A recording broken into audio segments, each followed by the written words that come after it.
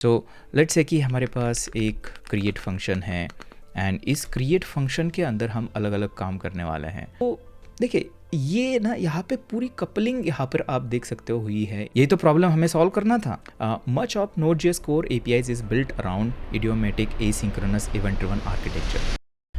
आज के इस वीडियो के अंदर हम Node.js के अंदर जो इवेंट ड्रिवन आर्किटेक्चर होता है उसको कैसे इंप्लीमेंट करते हैं इसको डिस्कस करने वाले हैं।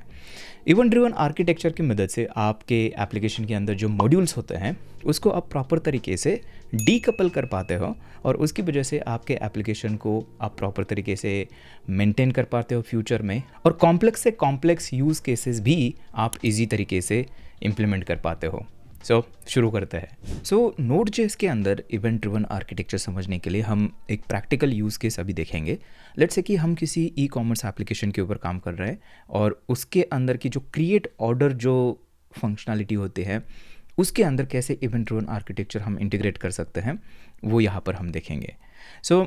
लेट्स से कि हमारे पास ये यूज़र है और ये जो यूज़र है ये ऑर्डर प्लेस करना चाहता है, क्रिएट एन ऑर्डर। अब ये जो रिक्वेस्ट है यूज़र करेगा हमारे एप्लीकेशन के ऊपर, और हमारे एप्लीकेशन के अंदर हम क्या करते हैं, जो भी सारे रिक्वेस्ट होती है ये यूजुअली हमारा जो कंट्रोलर है वो हैंडल करता है। और फिर उसके बाद हम क्या करते हैं, जो भी हमारा बिजनेस लॉजिक है इसके अंदर ये या तो कंट्रोलर के अंदर करते हैं या फिर बेस्ट प्रैक्टिस ये होती है कि हम अलग से कोई क्लास या फिर मॉड्यूल बना के उसके अंदर ये सारा लॉजिक है वो रखते हैं। लेट्स से कि हमने एक यहाँ पर सर्विस बनाई है और कुछ नहीं होता है, एक क्लास होता है या फिर फंक्शन भी हो सकती है। तो ये सर्विस हमने बनाई है ऑर्डर को हैंडल करने के लिए, तो इसको ऑर्डर सर्विस नाम देते हैं। तो ये हमारी ऑर्डर सर्विस। तो यहाँ से क्या हो जाएगा, यहाँ से रिक्वेस्ट सीधा हमारे सर्विस के ऊपर आ जाएगी एंड इस सर्विस के अंदर एक्चुअली जो भी ऑर्डर क्रिएट करने का काम है वो होगा यहाँ पर। लेट्स से कि हमारे पास एक क्रिएट फंक्शन है एंड इस क्रिएट फंक्शन के अंदर हम अलग अलग काम करने वाले हैं। तो ये क्रिएट फंक्शन यहाँ पर है, इसके अंदर हम क्या क्या करेंगे। सबसे पहले तो फंक्शन जो है ऑर्डर प्रोसेसिंग का काम करेगी, डेटाबेस के अंदर स्टोर करना है ये वो सारा काम करेगी। एंड उसके बाद जब भी ऑर्डर क्रिएट होती है तो हमारे एप्लीकेशन के अंदर हमें बहुत सारी चीज़ें करनी होती है। उसमें से एक एग्जांपल ये है कि हमें यूज़र को ईमेल सेंड करना होता है, राइट। तो मे बी सेंड ईमेल, ये एक हमें फंक्शन कॉल करनी होगी। मे बी हमारे पास और भी कुछ चीज़ें करनी होती है, अपडेट इन्वेंटरी में भी, है ना, इन्वेंटरी को अपडेट करना होता है। इसके अलावा और भी चीज़ें हो सकती है। अभी के लिए थोड़ा सा सिंपल रखते हैं, ये दोनों चीज़ें हैं हमारे पास, ऐसे समझ लेते हैं। यहाँ पर अभी क्या होगा कि ये जो सेंड ईमेल है आइडियली हम क्या करते हैं वो भी एक अलग सर्विस के अंदर हम इसको रखते हैं। और सर्विस मतलब यहाँ पे माइक्रो सर्विसेज की बात नहीं हो रही है, ये जस्ट एक फाइल होगी, एक क्लास हो सकता है आपका, आपके ही मतलब वही उसी एप्लीकेशन के अंदर ये अलग से एक बस आपकी सर्विस होगी। लेट्स से कि यहाँ पर हमारे पास और एक सर्विस है और ये हमारी ईमेल सर्विस है, ईमेल सर्विस। और इसी के साथ में हमारे पास एक इन्वेंट्री सर्विस है, ऐसे भी समझ लेते हैं, इन्वेंट्री को हैंडल करने के लिए।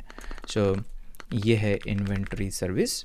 तो ये जो दोनों सर्विसेज यहाँ पर हैं, ये जो सेंड ईमेल हम करेंगे ना, तो यहाँ पे जब भी इसको ऑर्डर क्रिएट करने के बाद प्रोसेस की बात करेंगे तो इवेंचुअली ये क्या करेगा, यहाँ से ईमेल सर्विस को कॉल करेगा और इसके अंदर जो सेंड ईमेल जो हमारी मेथड है उसको ये कॉल करेगा, राइट। और उसके बाद यहाँ पे क्या हो सकता है कि हमारे पास ये जो अपडेट इन्वेंट्री है इसको इसके बाद कॉल किया जाएगा और ये क्या करेगी, ये यहाँ से ये जो इन्वेंट्री सर्विस है इसको बेसिकली कॉल करेगी। तो एक तरह की यहाँ पे इस ऑर्डर सर्विस के अंदर ये दोनों सर्विसेज की डिपेंडेंसी आपको यहाँ पर दिखेगी और उसके लिए हमें यहाँ पे इसको इंपोर्ट करना पड़ेगा, ईमेल सर्विस को, इन्वेंट्री सर्विस को यहाँ पर, और फिर हम इसको यहाँ पे इस तरह से कॉल कर पाते हैं। तो एक तरह की यहाँ पे एक मतलब कपलिंग हम इंट्रोड्यूस कर रहे हैं जो कि अच्छा नहीं होता है सॉफ्टवेयर के अंदर, क्योंकि यहाँ पे बहुत ही टाइट कपलिंग जो है हमारे इन ईमेल सर्विस और ऑर्डर सर्विस के बीच में है। ये ऑर्डर सर्विस जो है ये फुली डिपेंडेंट है ईमेल सर्विस के ऊपर, जो कि हम नहीं चाहते, हम इसको डीकपल करना चाहते हैं। इसका सॉल्यूशन क्या है? सॉल्यूशन है इवेंट ड्रिवन आर्किटेक्चर। क्या मतलब है इसका? सबसे पहली चीज़ तो हम इस तरह से ये जो सर्विसेज है इनको इंपोर्ट नहीं करेंगे, ठीक है? ये जो डिपेंडेंसी है ये हमें निकाल देनी है। लेकिन हमें ये काम भी तो करना है ना, जैसे ऑर्डर क्रिएट हो जाती है तो हमें ईमेल सेंड करना है, अपडेट इन्वेंट्री करनी है, तो ये कैसे हो पाएगा? तो उसको करने के लिए हम क्या करते हैं, इवेंट्स यूज़ करते हैं। क्या मतलब है, मैं आपको यहाँ पे थोड़ा सा एक्सप्लेन करता हूँ। सो लेट्स से कि ये यहाँ पर मैंने हटा दिया, ये चीज़ें अभी नहीं होगी यहाँ पर, तो इसको कैंसिल कर लेते हैं। सो यहाँ पर हम क्या करेंगे, यहाँ से सिर्फ हम इवेंट ट्रिगर कर देंगे। मतलब लेट्स से कि यहाँ पे ऑर्डर जो है ये क्रिएट हुई है, तो यहाँ पे मैं भी ऑर्डर क्रिएटेड ऐसी कोई इवेंट जो है इसको मैं यहाँ से ट्रिगर करूँगा हमारे सिस्टम के अंदर। और ये जो इवेंट जैसे ही ट्रिगर होती है तो हमारे सिस्टम के अंदर जितनी भी पार्टीज़ इस इवेंट के अंदर इंटरेस्टेड होंगी वो इसको लिसन करके जो भी उनको काम करना है वो अपना काम करेगी। और ये हम कर पाते हैं एक कंपोनेंट की वजह से जो कि Node.js के अंदर इनबिल्ट आता है, जिसको हम बोलते हैं event emitter. So let's say कि ये हमारा इवेंट इमिटर है। तो इवेंट इमिटर, अभी इवेंट इमिटर मतलब और कुछ नहीं होता है, Node.js के अंदर ये एक जस्ट क्लास होता है। और इस क्लास को हम क्या करते हैं, जहाँ पे भी इसको हमें इवेंट जो है इमिट करनी है, तो उस क्लास के ऊपर, हमारे केस में ऑर्डर सर्विस के ऊपर, इसको एक्सटेंड किया जाता है। तो इससे क्या हो जाता है कि ये जो ऑर्डर सर्विस है इसके पास वो कैपेबिलिटीज़ आ जाती है जहाँ पे ये जो इवेंट है उसको ये इमिट कर सकता है यहाँ से। यही तो हमें चाहिए। तो ये बेसिकली एक्सटेंड करता है, एक्सटेंड्स। अगर आपने थोड़ी भी ऑब्जेक्ट ओरिएंटेड प्रोग्रामिंग की है तो एक्सटेंड्स कीवर्ड आता है, उसकी वजह से हम ऐसे करते हैं। एंड देन क्या होता है कि ये जो है ना, यहाँ पे ये एक्चुअली हम क्या करते हैं, इस तरह से करते हैं, दिस डॉट इमिट, इस तरह से हम कर पाते हैं। और जो भी इवेंट आपको एमिट करनी है उसको इस तरह से आप यहाँ पे एमिट करते हो। तो इवेंचुअली होता क्या है कि ये यहाँ पर एमिट हो जाता है इमिटर के ऊपर। अभी ये जो इमिटर है इसके ऊपर इवेंट तो हम ट्रिगर करते जा रहे हैं, लेकिन इस इवेंट को लिसन करने वाले सब्सक्राइबर्स हमारे पास होने चाहिए। तो हम क्या करते हैं, यहाँ पर सब्सक्राइबर बना लेते हैं। तो ये लेट्स से कि ये एक सब्सक्राइबर है हमारा, सब्सक्राइबर।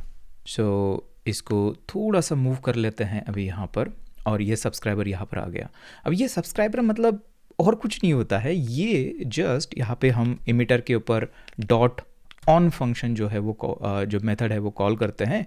और ये बेसिकली एक कॉल बैक फंक्शन होती है और कुछ नहीं है सब्सक्राइबर मतलब।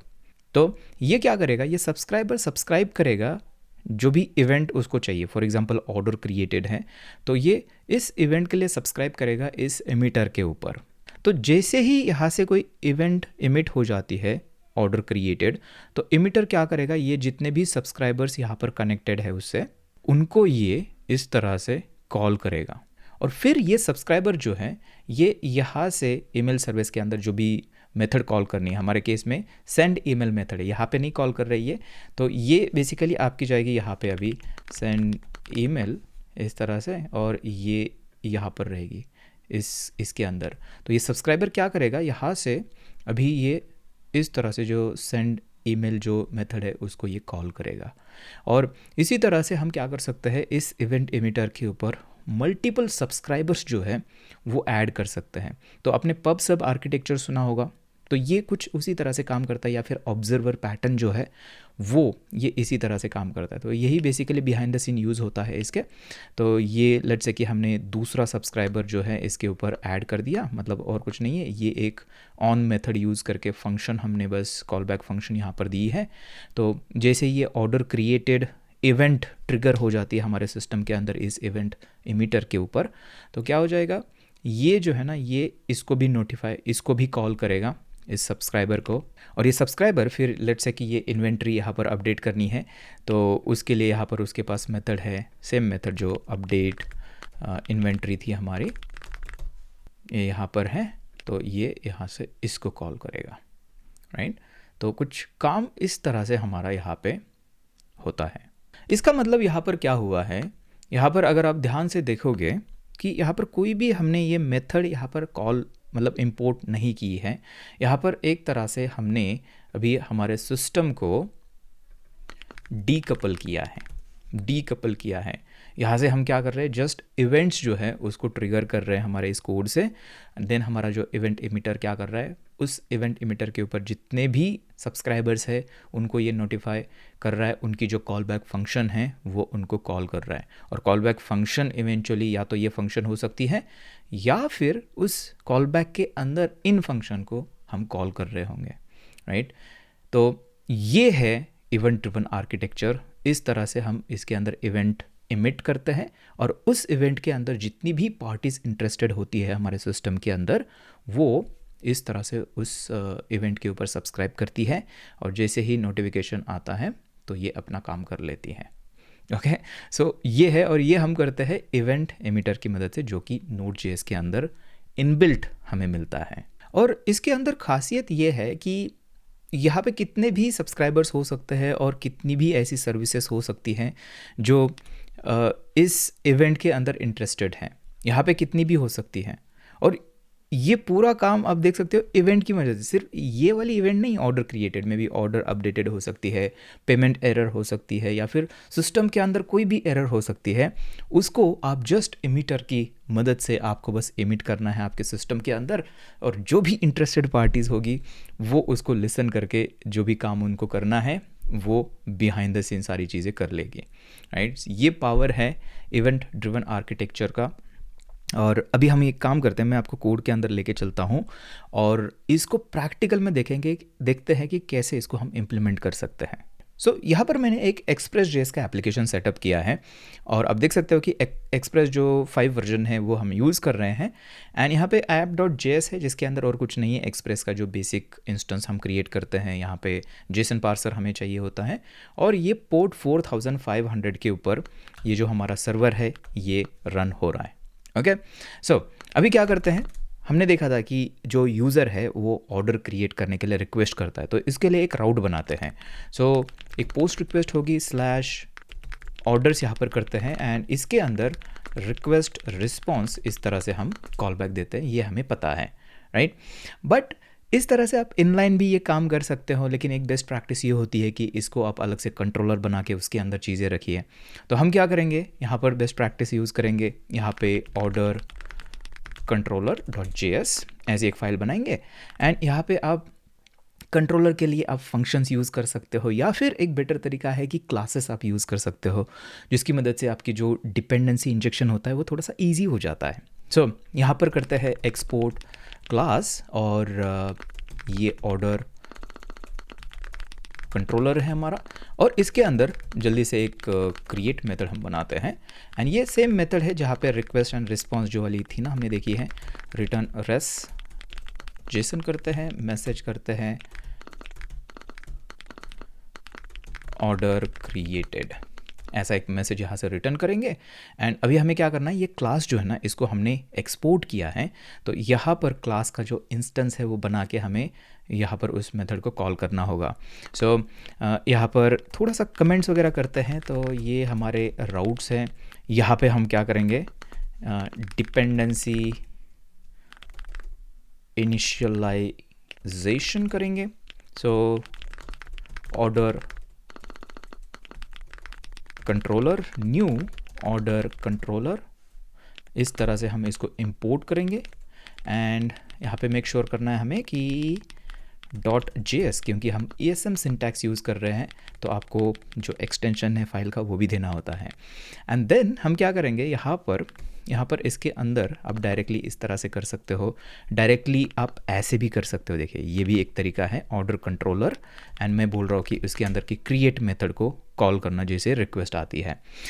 ऐसा करेंगे तो यहाँ पे और एक चीज़ हमें एडिशनल करनी होती है, हम क्लासेस यूज़ कर रहे हैं तो कॉन्टेक्स्ट यहाँ पे मिस हो जाती है, तो हमें क्रिएट को पहले बाइंड करना पड़ता है, तो वो जावास्क्रिप्ट की चीज़ें हैं।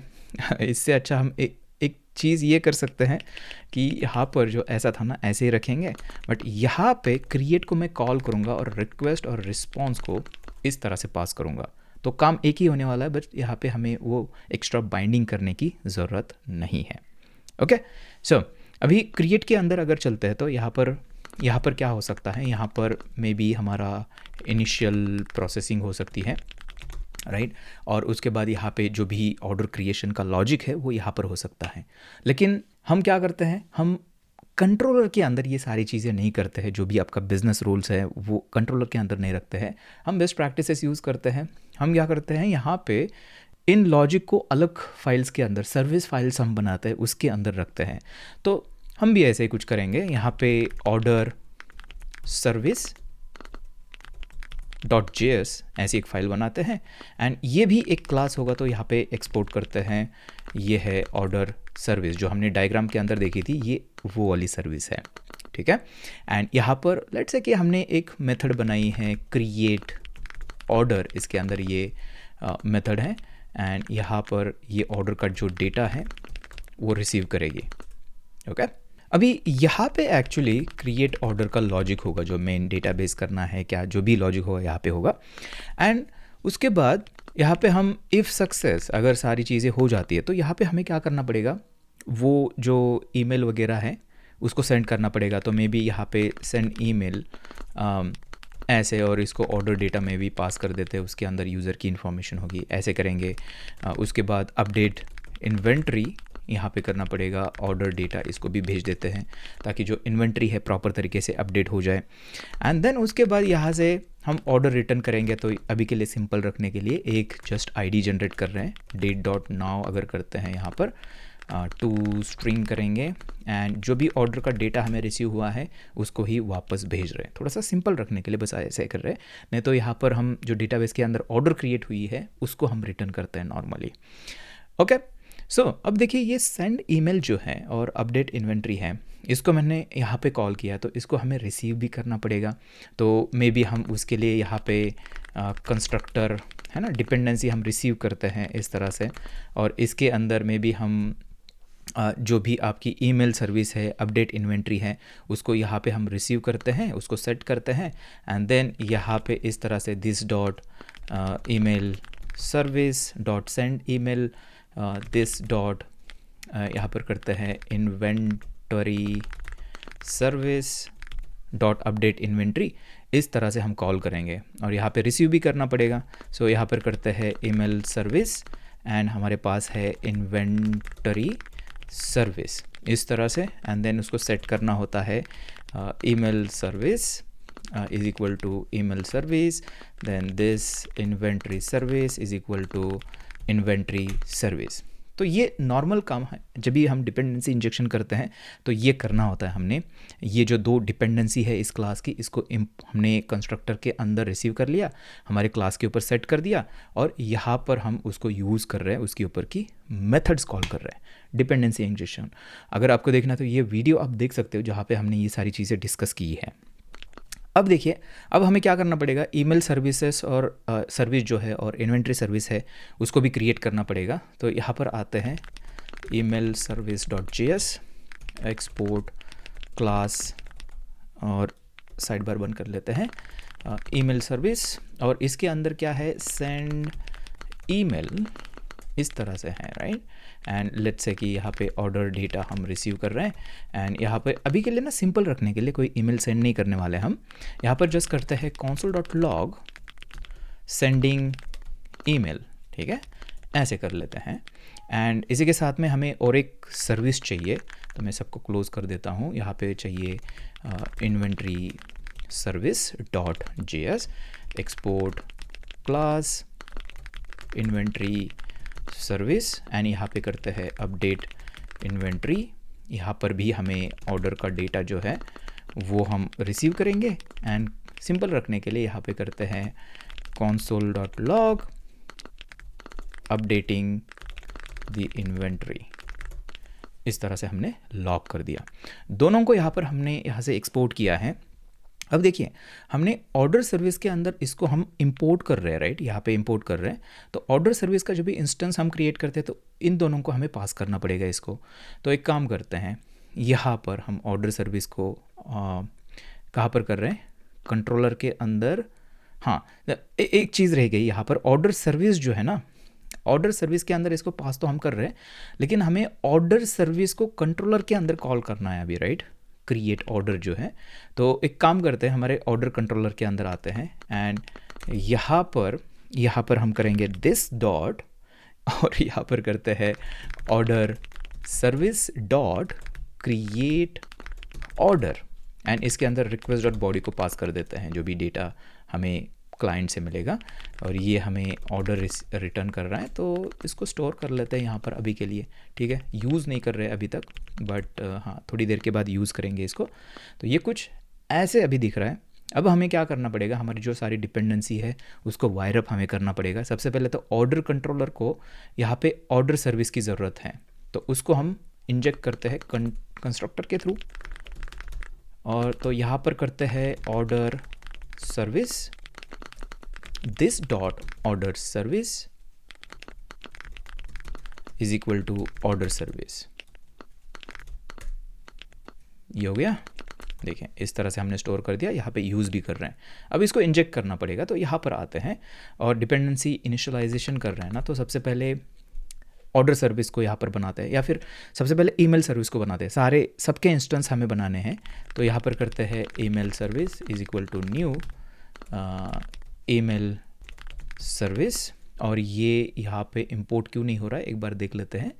Email service export class email service हम कर तो रहे हैं, इसको सेव कर लेते हैं एक बार, और ये हमें इंपोर्ट करना पड़ेगा। तो यहाँ पर कर लेते हैं इंपोर्ट ईमेल सर्विस फ्रॉम, और यहाँ पर करते हैं ईमेल सर्विस डॉट JS, और इसी के साथ में हमें जो इन्वेंट्री सर्विस है उसको भी हमें इंपोर्ट करना पड़ेगा, इन्वेंट्री सर्विस JS। इस तरह से कर दिया। तो अभी ईमेल सर्विस को कॉल कर दिया, उसके बाद हमें करना है इन्वेंट्री सर्विस, इस तरह से इंस्टेंस इसका बनाना पड़ेगा, इन्वेंट्री सर्विस, ये कर दिया। अब देखिए यहाँ पे तीसरी सर्विस हमें चाहिए, ऑर्डर सर्विस न्यू। थोड़ी सी ऑब्जेक्ट ओरिएंटेड प्रोग्रामिंग यहाँ पे यूज़ हो रही है, आप यहाँ पे वीडियो देखना, इसके ऊपर भी हमने बनाया है डिटेल में OOP जावास्क्रिप्ट के अंदर। सो यहाँ पर करते हैं ऑर्डर सर्विस इस तरह से। अब देखिए हमने इंस्टेंसेस बना लिए, लेकिन किस किस सर्वर्स को क्या क्या डिपेंडेंसी चाहिए उनको पास कर लेते हैं। तो सबसे पहले हमारा जो ऑर्डर कंट्रोलर है, राइट, यहाँ पे ऑर्डर सर्विस ये यूज़ कर रहा है, उसको इंजेक्ट करना पड़ेगा ऑर्डर सर्विस को। तो हमारे पास ये वो ऑर्डर सर्विस है, इसको पास कर देते हैं हमारे कंट्रोलर को इस तरह से। तो कंट्रोलर के अंदर जाके ये यहाँ पे कंस्ट्रक्टर के अंदर रिसीव इसको हो जाएगा, ठीक है, ये हो गया।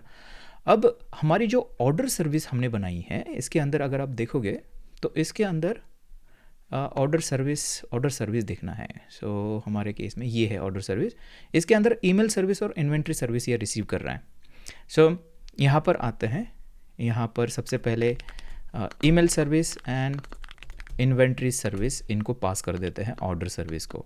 मेक श्योर करना कि वो उसी ऑर्डर में हम इसको पास कर रहे हैं जिस ऑर्डर में यहाँ पे हम रिसीव कर रहे हैं। देखिए पहले ईमेल सर्विस है, देन इन्वेंट्री सर्विस है। डन।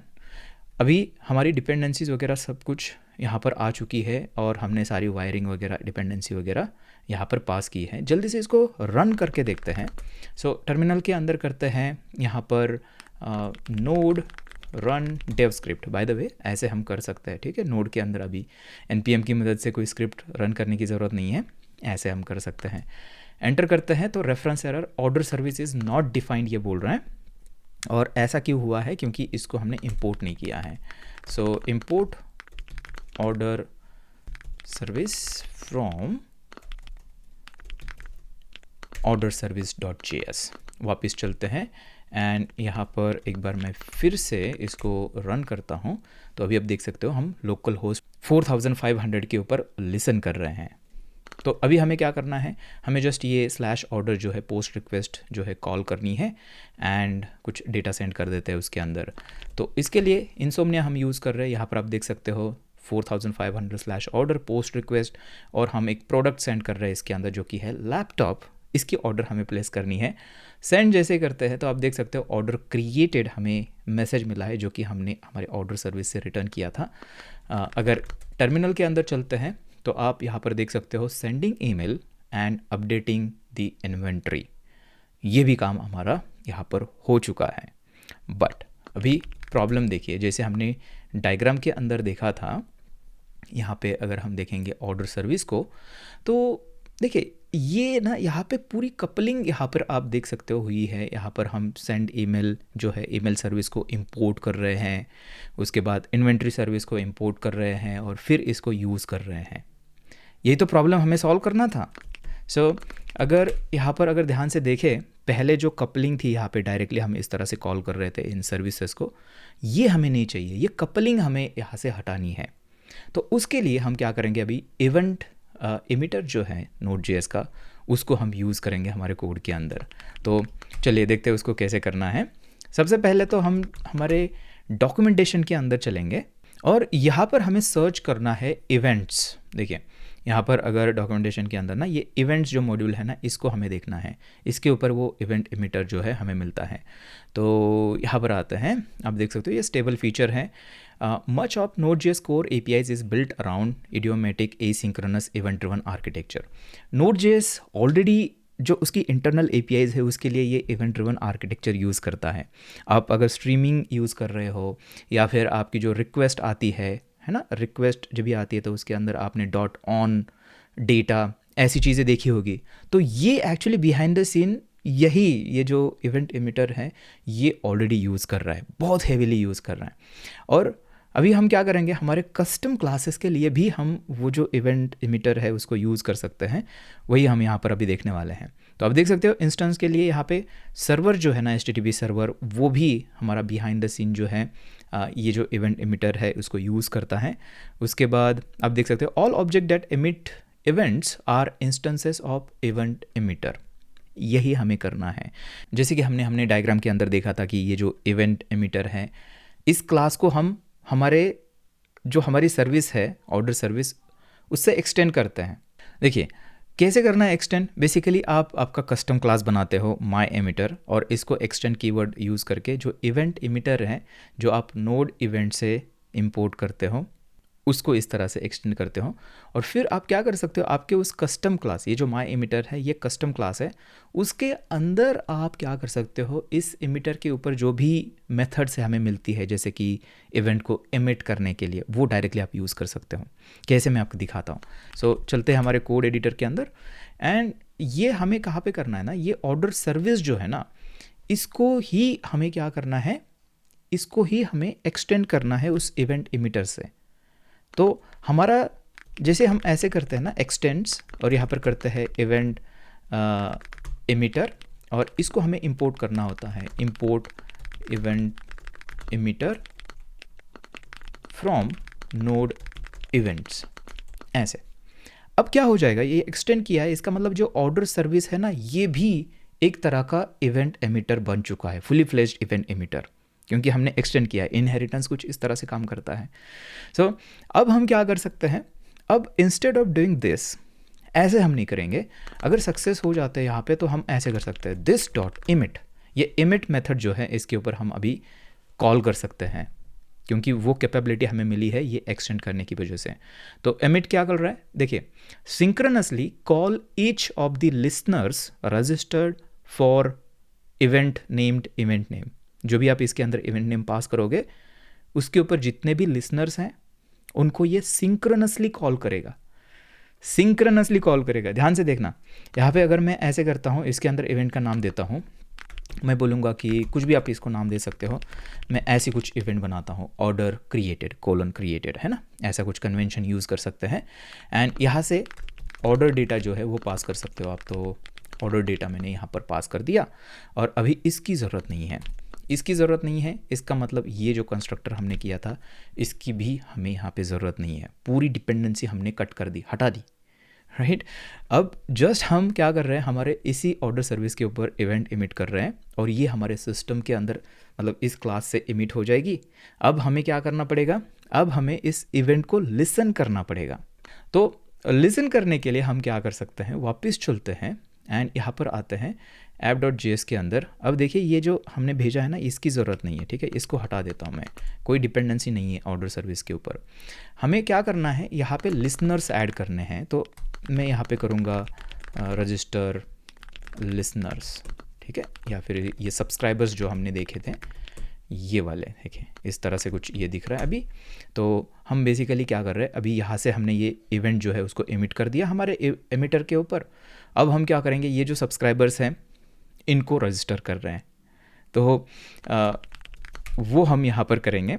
तो कैसे करना है उसके लिए अगेन फिर से चलते हैं हमारे ब्राउज़र के अंदर और देखते हैं कि क्या इसका तरीका है। सो यहाँ पर आप देख सकते हो my emitter on event, on method हम हमारे एमिटर के ऊपर कॉल कर सकते हैं और इवेंट का नाम देना है। इस तरह से हम लिसन करते हैं और ये वो कॉल बैक है जो रन होने वाला है जैसे वो इवेंट होती है।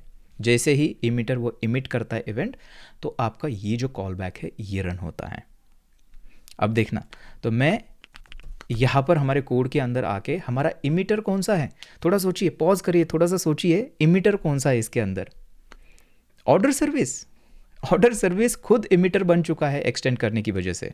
तो हम क्या कर सकते हैं, ऑर्डर सर्विस का जो इंस्टेंस है ना उसके ऊपर ही हम ऑन मेथड कॉल कर सकते हैं अभी।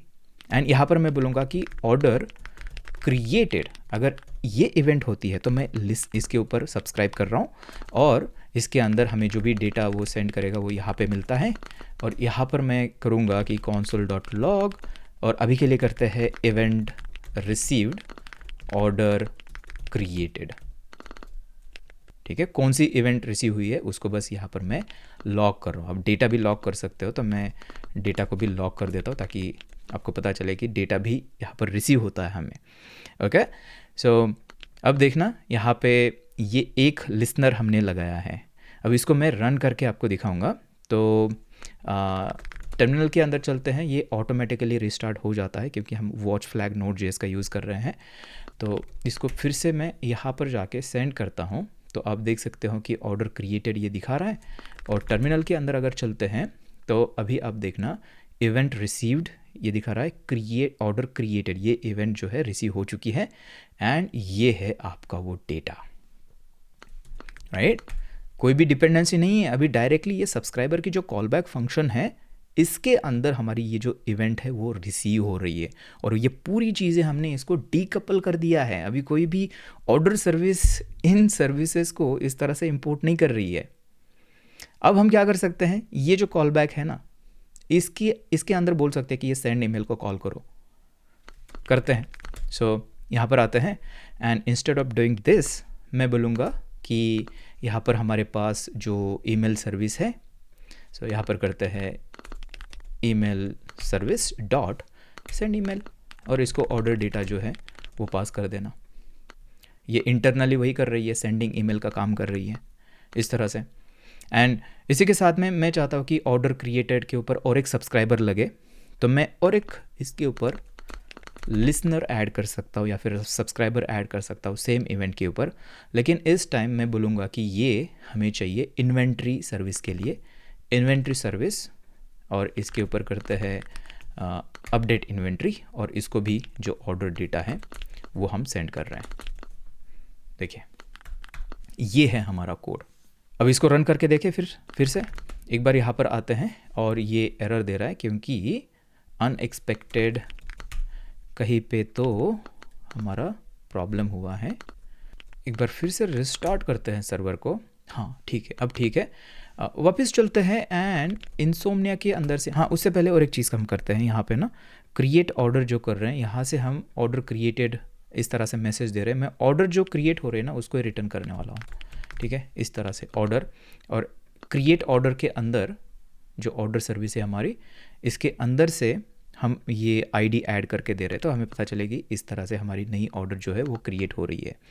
सो चलते हैं एंड यहाँ पर अगर मैं करता हूँ सेंड, तो अभी आप देख सकते हो नई ऑर्डर क्रिएट हो चुकी है। यहाँ पे आईडी एक जनरेट हो चुकी है प्रोडक्ट लैपटॉप के लिए। अगर टर्मिनल के अंदर चलते हैं तो आप यहाँ पर देखोगे sending email and updating the inventory. ये एक्चुअली उस ईमेल सर्विस के अंदर का लॉग है और ये इन्वेंट्री सर्विस के अंदर का लॉग है। तो जो पहले काम हमारा हो रहा था ना, एग्जैक्टली वैसे ही वही काम हमारा ये भी अभी हो रहा है, बट हम इस तरह से अभी जो डिपेंडेंसीज है उसको इंपोर्ट नहीं कर रहे हैं। हमने जस्ट जो इवेंट एमिटर है उसकी मदद से ये सारी चीज़ें डीकपल कर दी है। अब सारा खेल इवेंट के ऊपर है। हम इवेंट्स जहाँ से भी कुछ एक्शन हो जाती है वहाँ से इवेंट्स आप ट्रिगर करो। मे बी पेमेंट डन हो गया तो पेमेंट डन की इवेंट क्रिएट करो। मे बी कार्ट जो है क्रिएट हुआ है नया तो उसके लिए इवेंट इमिट कर दो। और फिर उस इवेंट के अंदर जितने भी सर्विसेज इंटरेस्टेड होगी वो क्या करेगी, उसके ऊपर लिसनर डालेगी, सब्सक्राइबर्स रजिस्टर करेगी। तो जैसे वो इवेंट होती है तो इवेंचुअली उनका जो कॉल बैक है वो कॉल हो जाएगा। और ये सिंक्रोनसली होता है, ठीक है। मैं आपको इसको, ये एक चीज़ बहुत कंफ्यूजिंग हमेशा रहती है। हम ना इसको मतलब बहुत बार बहुत सारे स्टूडेंट ये गलती करते हैं कि इसको क्यू जैसा समझ लेते हैं। क्यू सिस्टम होता है ना कि आप क्यू के अंदर आइटम डालते रहो, फिर इवेंचुअली कोई उसको पोल करेगा और फिर उसको मतलब एग्जीक्यूट करेगा। ऐसे नहीं होता है, ये सिंक्रोनसली यहाँ पे काम होता है। देखिए मैं अगर यहाँ पे console.log करूँ एंड यहाँ पर करते हैं आफ्टर एमिट, अगर ऐसा लॉग करते हैं यहाँ पे एंड अगर टर्मिनल के अंदर ये फिर से रिस्टार्ट हो गया और मैं अगर यहाँ पर जाके सेंड करता हूँ रिक्वेस्ट, तो यहाँ पर देखना सबसे पहले ईमेल सेंड हुआ है, उसके बाद इन्वेंट्री अपडेट हुई है और उसके बाद जो है आफ्टर एमिट हुआ है। इसका मतलब ये जो कोड है ना ये सिंक्रोनसली रन होता है। पहले सारे लिसनर्स उसके रन हो जाएंगे, उसके बाद हम आगे बढ़ेंगे। ओके, ये एक छोटी सी चीज़ आपको याद रखनी है। हाँ, लेकिन आप सोचोगे कि फिर फ़ायदा क्या है कि यहाँ पे हमें रुकना पड़ेगा, तो हम मे बी एसिंक्रोनस कर सकते हैं। हाँ, डेफिनेटली आप कर सकते हो। वो कहाँ पे करना पड़ेगा ना आपको, देखिए ये जो लिसनर्स है आपके, इसको अगर एसिंक करते हो तो हाँ ये आपके मेन थ्रेड के ऊपर ब्लॉक नहीं करेंगे डायरेक्टली, ये एसिंक्रोनसली स्केड्यूल हो जाएंगे बाद में एग्जीक्यूट होने के लिए। लेकिन एसिंक जब भी जावास्क्रिप्ट के अंदर, नोड.जेएस के अंदर आप करते हो तो इवेंचुअली ये आके आपके मेन थ्रेड के ऊपर ही जो है वो एग्जीक्यूट होता है। ठीक है, ये भी चीज़ आपको याद रखना है। तो कुछ इस तरह से ये जो इवेंट ड्रिवन आर्किटेक्चर है वो काम करता है और इसको आप आपके एप्लीकेशन के अंदर हेविली यूज़ कर सकते हो। इससे सारी चीज़ें आपके मॉड्यूल जो है वो डीकपल हो जाएंगे। ओके, अभी एक बोनस चीज़ मैं आपको बताता हूँ, ये ऑप्शनल है, ठीक है। यहाँ तक इवेंट एमिटर का जो काम है वो एंड हो चुका है, ठीक है, सारी चीज़ें हो चुकी हैं यहाँ पर ना। और इसको अगर आप चाहते हो कि इस तरह से यहाँ पे ये रजिस्टर ना होते हुए ये उस सर्विस के अंदर ही रजिस्टर हो जाए, जैसे कि ईमेल सर्विस है तो उसके अंदर ही ये जो रजिस्ट्रेशन है ये हो जाए, तो वो भी आप कर सकते हो। कैसे, लेट्स से कि ईमेल सर्विस के अंदर ही आपका जो रजिस्ट्रेशन है एमिटर का वो करना है आपको ये चीज़, तो आप क्या करोगे, इस सर्विस के अंदर ये जो आपका एमिटर है उसको आपको सेंड करना पड़ेगा। तो हमारे केस में एमिटर मतलब कौन है, ये है, देखिए हमारी ऑर्डर सर्विस ही एमिटर है। तो ईमेल सर्विस के अंदर हम पास करेंगे इसको एंड देन ईमेल सर्विस के अंदर जाके इसको हमें रिसीव करना पड़ेगा। उसके लिए हम कंस्ट्रक्टर यूज़ करते हैं और फिर इसके अंदर हम डायरेक्टली ऑर्डर सर्विस रिसीव कर रहे हैं, तो ऑर्डर सर्विस नाम दे सकते हो या फिर ऑर्डर मे बी एमिटर इसको नाम दे सकते हो, ये आपके ऊपर है क्या नाम देना है। और यहाँ पर मैं करूँगा ऑर्डर एमिटर। इसको अगर स्टोर करना है आपको तो आप कर सकते हो, तो ऐसे कर सकते हो this dot order emitter and उसके बाद ये जो ऑर्डर एमिटर है वो रिसीव हुआ है उसको इस तरह से असाइन करो। या फिर स्टोर नहीं करना है आपको, बस क्या करना है, ये काम करना था ना ये वाला रजिस्ट्रेशन का, तो मैं इसको कॉपी करते हैं, यहाँ पे पेस्ट करते हैं और मैं बोलूँगा कि ये जो ऑर्डर एमिटर है उसके ऊपर ही इस तरह से ऑर्डर क्रिएटेड करो। और यहाँ से मैं ऐसे नहीं करूँगा, अभी क्या करूँगा, ये जो कॉल बैक है इसकी जगह मैं बोलूँगा कि call this dot send email, क्योंकि ये इसी क्लास का पार्ट है ना ये मेथड, इस तरह से हो जाएगा तो उसको कॉल बैक भी मिल जाएगा। तो इवेंचुअली ये जो मेथड है वो कॉल हो जाएगी। करके देखते हैं इसको रन। सो यहाँ पर आते हैं एंड फिर से एक बार रिस्टार्ट करते हैं एंड चलते हैं इनसोम्निया के अंदर, यहाँ पर करते हैं सेंड और टर्मिनल के अंदर। तो अभी आप देख सकते हो सेंडिंग ईमेल 2 बार आया है क्योंकि हमने यहाँ से इसको हटाया नहीं होगा। हाँ देखिए यहाँ से हटाया नहीं है, उसकी वजह से 2 बार हुआ। तो इसको हटा देते हैं एंड एक बार मैं फिर से इसको टेस्ट करना चाहता हूँ, तो मैं यहाँ पर इसको करता हूँ ऐसे इनसोम्निया के अंदर सेंड टर्मिनल एंड यहाँ पे देख सकते हो sending email, updating inventory and this is after emit. So ये था आपका इवेंट एमिटर और इस तरह से आपको आपके कोड बेस के अंदर इसको यूज़ करना है। सो यहाँ पर अभी हमने जो देखा, ये हमने एक एप्लीकेशन के अंदर, एक सिंगल प्रोसेस के अंदर ये इवेंट ड्रिवन आर्किटेक्चर कैसे यूज़ करते हैं वो देखा। लेकिन जब भी हम बड़े बड़े प्रोजेक्ट्स बिल्ड करते हैं तो वहाँ पे हम डिस्ट्रीब्यूटेड सिस्टम्स यूज़ करते हैं, वहाँ पे हम माइक्रो सर्विसेज यूज़ करते हैं। तो आपकी जो ईमेल सर्विस अभी हमारे केस में जो हमारे एक ही एप्लीकेशन के अंदर थी, वो आपकी अलग हो सकती है, एक अलग ही सर्वर हो सकता है जिसको हम माइक्रो सर्विसेज बोलते हैं। तो इनके बीच में भी हम जो है इवेंट ड्रिवन आर्किटेक्चर जो है उसको हम कर सकते हैं। उसके लिए हम काफका वगैरह यूज़ करते हैं, मैसेज ब्रोकर्स यूज़ करते हैं। अगर उसके बारे में आपको सीखना है तो आप ये वाला हमारा जो मर्न प्लस का जो कोर्स है इसको आप चेकआउट कर सकते हो। बहुत ही पावरफुल कोर्स है, आपको बिगिनर लेवल से ये सीनियर लेवल का जो भी नॉलेज है वो आपको दे सकता है कम से कम टाइम के अंदर। तो ये सारी चीज़ें इसके अंदर हमने कवर की है माइक्रो सर्विसेज से, और नोड जेएस के अंदर ये सारी चीज़ें की है, काफका वगैरह है इसके अंदर। तो इसके अंदर भी हमने जो इवेंट ड्रिवन आर्किटेक्चर हैं वो यहाँ पर किया हुआ है। इस तरह का हम एक प्रॉपर एप्लीकेशन ही बना रहे हैं, एक जायंट एप्लीकेशन। तो फ्रंट एंड बैक एंड सब इसके अंदर है, दोनों चीज़ें हैं, ठीक है। तो इसको चेकआउट करना, डिस्क्रिप्शन के अंदर मैं आपको लिंक दे दूँगा। यहाँ पर आपने देखा कि इस टाइप के जो आर्किटेक्चर्स है उसको बनाने के लिए हम ऑब्जेक्ट ओरिएंटेड प्रोग्रामिंग यूज़ करते हैं। अगर उसको आपको सीखना है तो ये नेक्स्ट वाला वीडियो आप देखिए जिसके अंदर ये सारी चीज़ें हमने डिटेल में कवर की है। Happy coding.